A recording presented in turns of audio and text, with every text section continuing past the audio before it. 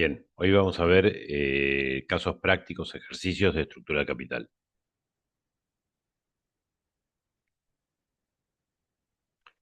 Bueno, por ejemplo, este.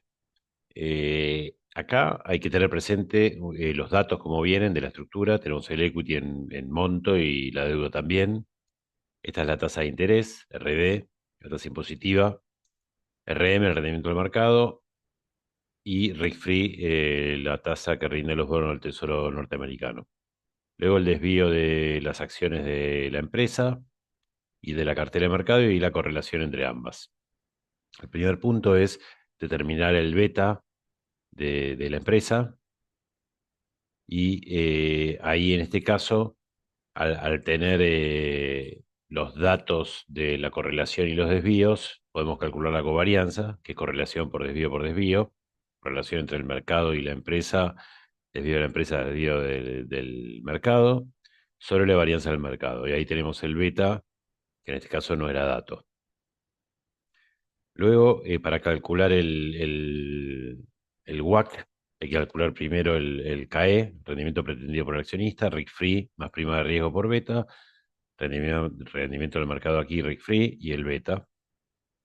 Y luego con esto y las proporciones, 3 millones y medio, o sea, 3,5 millones de equity sobre 5 millones de deuda más equity, y acá 1,5 millones de deuda sobre 5 millones de deuda más equity. Aquí la tasa de interés y acá el escudo fiscal nos da un WACC del 8,79%.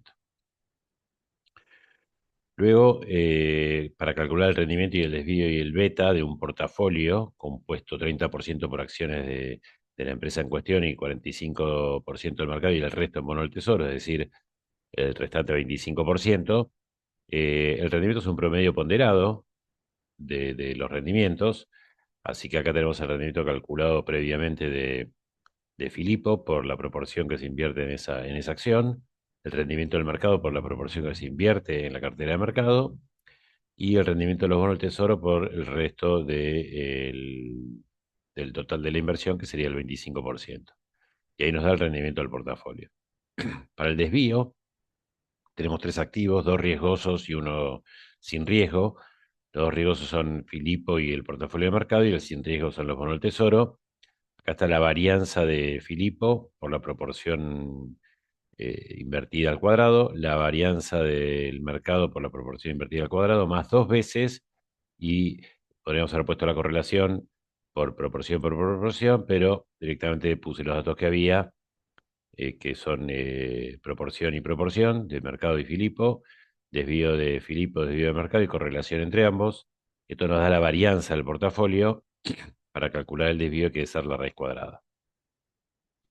Luego el beta es también un promedio ponderado de los betas, que aquí también tenemos solamente dos activos con riesgo, así que está el beta de Filippo por la proporción invertida en Filippo y el beta del mercado, que es uno por definición, por la proporción invertida en la cartera de mercado. El tercer término que no aparece es el de los bonos del tesoro, que tienen beta cero, por eso no aparece el término. Y acá se debería verificar que risk-free más prima de riesgo por este beta debería dar este rendimiento.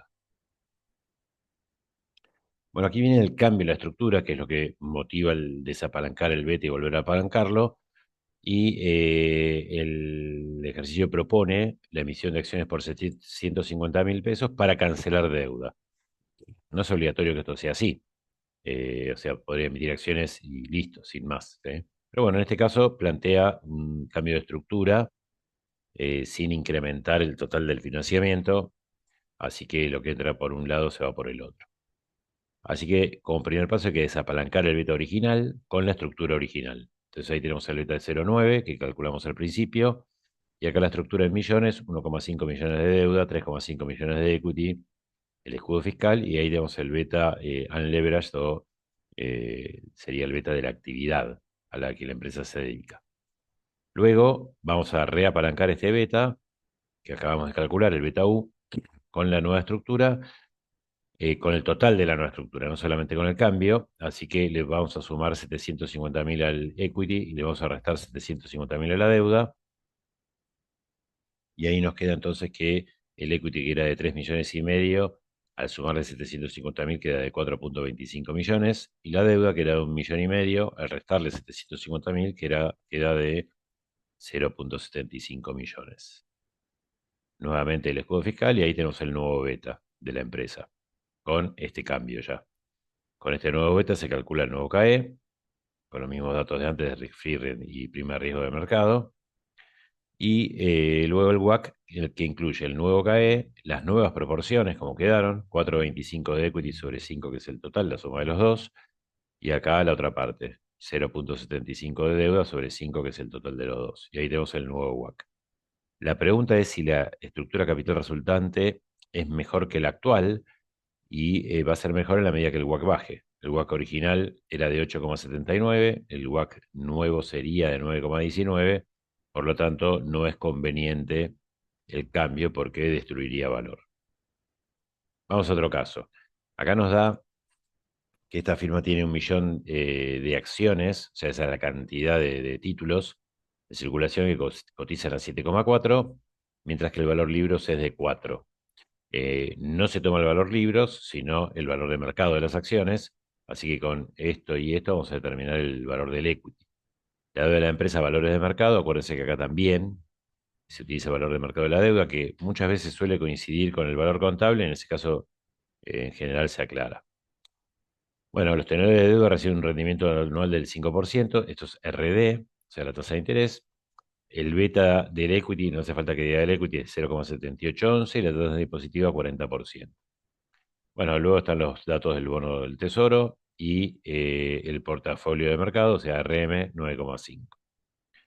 Acá establecemos el valor del equity y el valor de la deuda de dato. La suma de los dos es 10 millones. Así que las proporciones salen de ahí. Calculamos el CAE para poder incorporarlo a la fórmula del WACC, RIC free más prima de riesgo por beta. El beta era dato en este caso. Y luego, con todos los datos que ya tenemos, podemos calcular el WACC, ¿sí?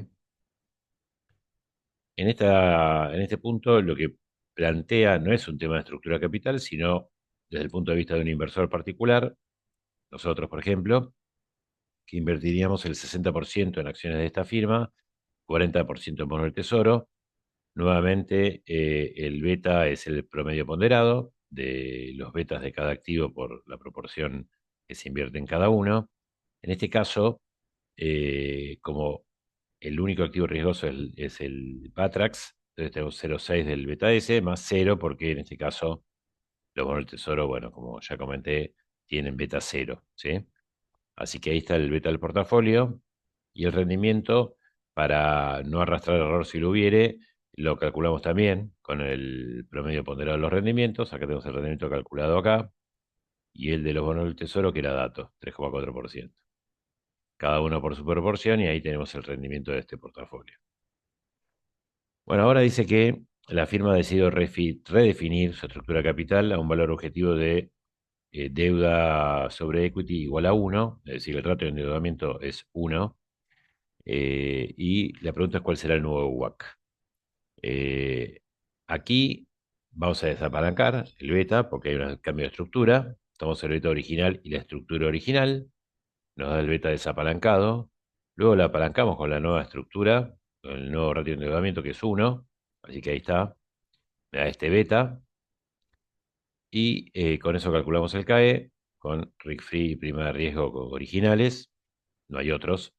Y luego, esto nomás para que quede claro, porque a veces hay una confusión cuando esto es 1. En realidad, cuando esto es 1 son los dos iguales, o sea que en realidad el financiamiento es mitad deuda, mitad equity, y ahí es que nos queda 0,5 y 0,5.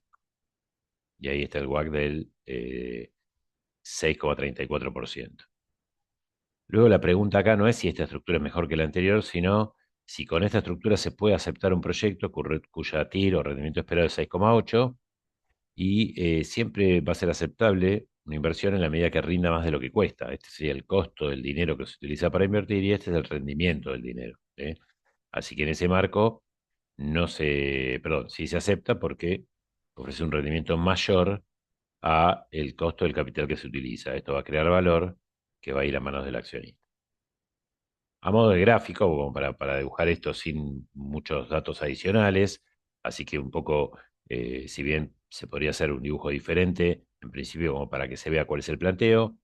Recuerden que siempre que el WACC baje, el valor de la firma sube y por ende la riqueza del accionista. Entonces acá si partimos de la estructura original, que supongo que estuviera ahí, 0,35, acá tendríamos el CAE, 8,16, el WACC, 6,82 y la TIR 6,8, perdón, y la TIR 6,8. ¿Sí? En este marco, con la estructura original no era aceptable el proyecto. En cambio, con el cambio de estructura que se propone, que es llevar la estructura de capital, o sea, el ratio de endeudamiento a 1, nos encontramos con que el CAE sube, lógicamente, y 9,6, pero no es este el parámetro para evaluar si un proyecto es válido o no.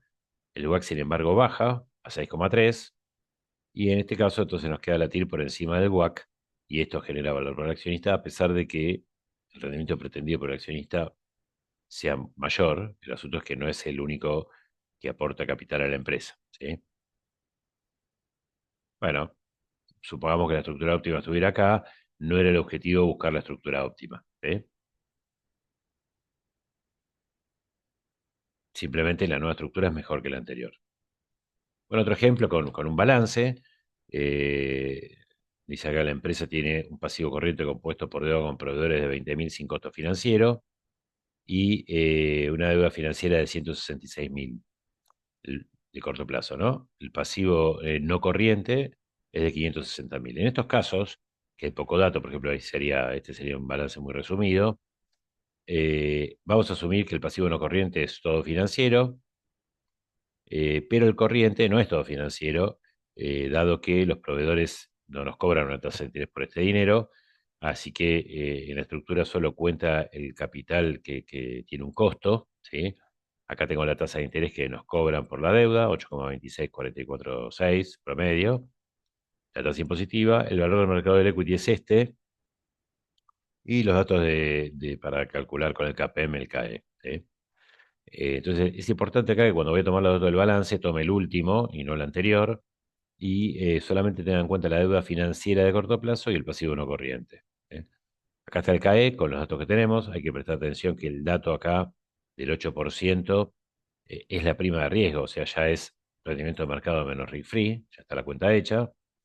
Acá tengo los datos de equity y deuda, como les comenté, y con esto podemos calcular el WACC. ¿Eh? Haciendo la cuenta directamente acá, que es mejor que hacerla al costado y poner el número, nos da 9,2893. Ahora viene un cambio en la estructura porque dice que para financiar una inversión de 800.000 va a emitir una deuda por 574 a la misma tasa que tiene actualmente y acciones por el resto, 226, que es lo que falta para los 800.000 que va a conseguir de afuera. ¿Sí? Bueno, al igual que vimos antes, al equity original se le agrega la emisión de acciones de 226, así que se va a 2.108.634,44. A la deuda original se le agrega la nueva deuda 574 y pasa a ser 1.300.000. Desapalancamos con la deuda original, o sea, el equity original y la deuda original. Ahí tenemos el beta U. Luego, con los nuevos valores de deuda de equity, volvemos a apalancar. De ahí sacamos el CAE. Y ahora el WACC también con los nuevos valores de deuda y equity. Entonces se va a 9,38. ¿Eh? Ahora me pregunta nuevamente si es conveniente el cambio y nuevamente el criterio es que si este WACC es inferior al original, es conveniente el cambio. Este es el WACC nuevo, el WACC viejo era levemente superior, así que es conveniente el cambio en este caso. ¿Eh? Vamos a otro caso distinto. En este caso, nos dan datos de deuda de largo plazo, deuda de corto plazo y capital accionario con sus proporciones respectivas. Asume que es la estructura de capital óptima, o sea que no va a proponer un cambio acá. Pero, así como novedad, tengo un costo de deuda distinto de corto plazo que de largo plazo. ¿Eh? Esto normalmente se promedia y ya viene el dato del promedio, pero bueno, acá está desglosado, no afecta en mucho esto. Bueno, y los datos como siempre para el CAPEM. ¿Eh? Acá calculo el CAE con esos datos. Nuevamente tengo prima de riesgo en vez de tener el rendimiento del mercado. Y después tengo el rendimiento de la deuda a largo plazo, o sea, la tasa de interés es 10%, la de corto plazo es 8%, y el CAE es este, o sea que tengo tres costos y tres proporciones, así que en el WACC vamos a poner cada costo con su proporción. El 12,2% de equity por el 0,40, que es el capital accionario, la proporción. La de corto plazo, que es 25% de la proporción, y este es el costo, ahí viene el escudo fiscal, no olvidarse. Y la de largo plazo tiene una tasa de interés del 10%, el escudo fiscal, y su peso en el total del financiamiento es del 35%. Y ahí tenemos el WACC, promediando en este caso tres costos diferentes de capital, dos de terceros y uno propio. Nuevamente, proponen, digamos, decidir si un proyecto rinde 12 es aceptable o no. Entonces, hago el gráfico que no es obligatorio para nada, pero bueno, ahí está, con el WACC. Ahí tengo la estructura capital actual, 60-40, y da 1,5 el ratio de endeudamiento. Con eso hay un CAE del 12,2, un WACC del 0,8, y la TIR del proyecto es 12. En ese caso, entonces se acepta el proyecto porque la TIR es mayor al WACC. Recuerden que siempre se compara con el WACC y no con el CAE. Bueno, ahí tienen cuatro ejemplos que difieren en los datos de origen y un poco en las preguntas. Espero que esto les sea de utilidad. Gracias.